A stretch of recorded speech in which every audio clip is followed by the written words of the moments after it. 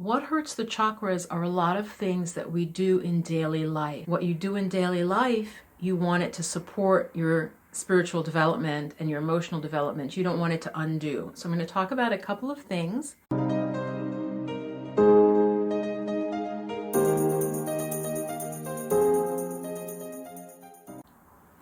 Hey, Namaste Goddess. It's Yogini Kala, and I'm so glad you're here. So I'll be sharing with you about what hurts your chakras. That's going to really surprise you or may seem unusual. One, I really am going to try to pronounce it more properly. It's really closer to chakras. I probably will slip into saying chakra, which is sort of the Western way of saying it. The correct pronunciation is closer to chakra. Since I'm not a Sanskrit scholar, that's going to be a little tricky, but I'm just putting that out there. What hurts your chakras?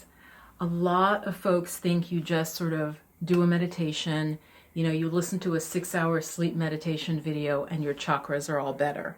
It is not that simple, Goddess. So what hurts the chakras are a lot of things that we do in daily life. The first thing is everything that you take in through your senses can hurt your chakras. And here's what I mean. What you take in visually, so what you look at every day in terms of movies, images in your home, all of that, if it's not high vibration, it is definitely going to affect your energy, which circulates through the nadis and the meridians, which are the subtle energy pathways which feed into the chakras and which the chakras feed energy out to.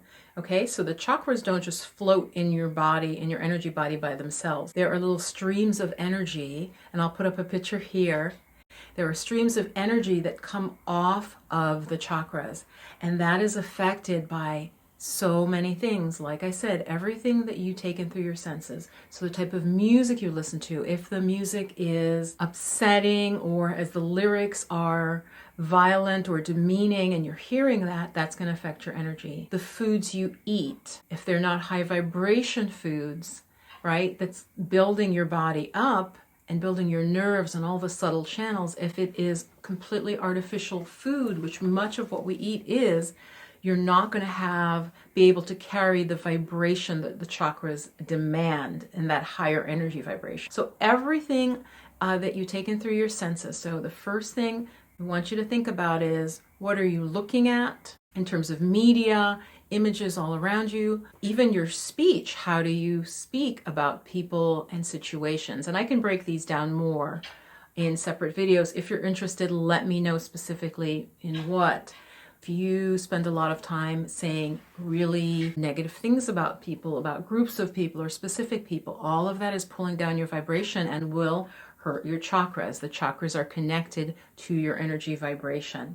Even such a thing as your house. Is there a lot of clutter? Is there a lot of dirt? A little clutter is okay, but is it getting to like a hoarding situation? Obviously, and just to give you an example, say someone's a hoarder, but they're like, well, I'm going to work on my chakras. That outer energy that they're putting out that is creating, say, that hoarding situation is also an inner energy of cloggedness, not letting go, and so on. That is also internal. The internal is reflecting the external. Okay, so I hope that's not too esoteric. So look at every one of your senses and what you're taking in, what you're choosing to take in, and see if you can improve that. What else hurts your chakras? So your emotions. So emotions, this goes back to, say you get very angry, right? Or you feel really unloved, and so there's a lot of sadness, especially if they're very powerful, Goddess, are going to affect the chakras and vice versa. You need to work with your emotions, and again, it's this process of sort of purification of the emotion. So if there's a lot of anger, work with trying to diminish that. I have a video on, it's a long video, it's more advanced practice on forgiveness, letting go of that anger, letting go, forgiving yourself, forgiving others. Okay, all of these links will be below. Fear, any strong emotion like that that you have regularly is going to affect the energy flow in your meridians, the meridians / nadis, that's the other word for them, and then that flows to the chakras, and that affects how dynamic and how clean and open and unblocked the chakra is. Okay, so that's the second thing. Your thoughts also really affect the chakras. So this gets into some of the sort of more well, that has become real popular in the West in terms of affirmations and so on, and I have a lot of affirmations.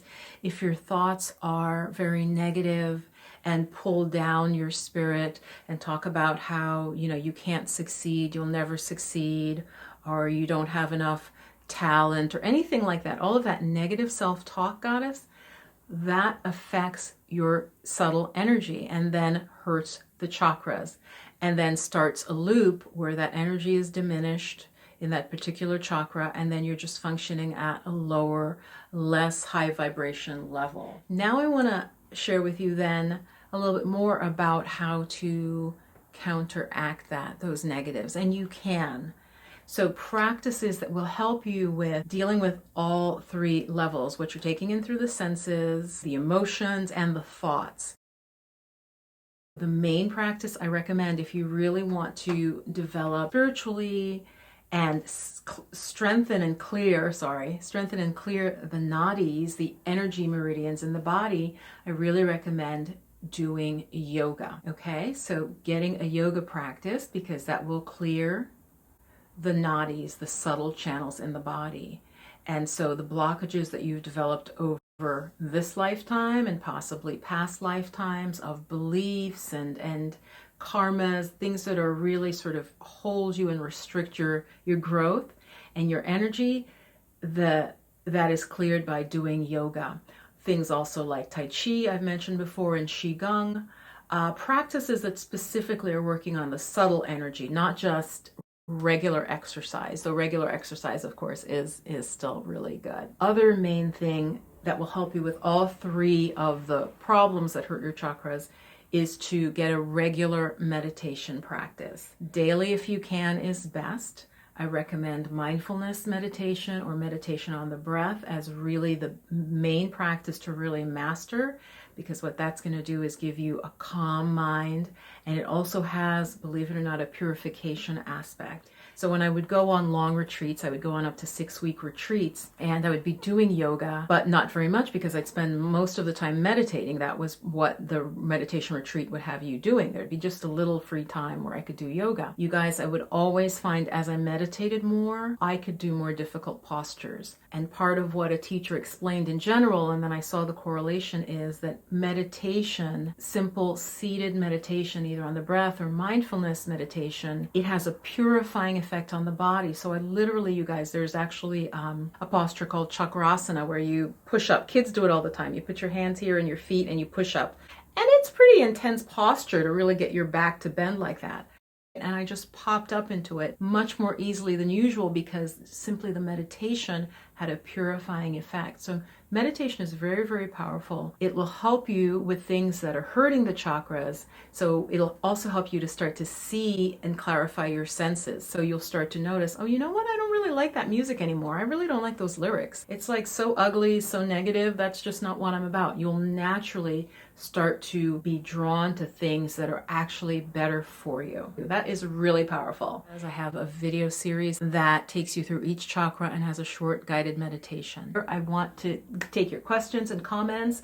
Let this sink in and think about all three factors that hurt your chakras and see if maybe you want to work on one aspect of improving them if you really want to develop spiritually and have emotional healing and just, live at your highest vibration, in the flow of magic, in the flow of this beautiful reality that we are here to co-create. I hope this was helpful. Much love. Namaste.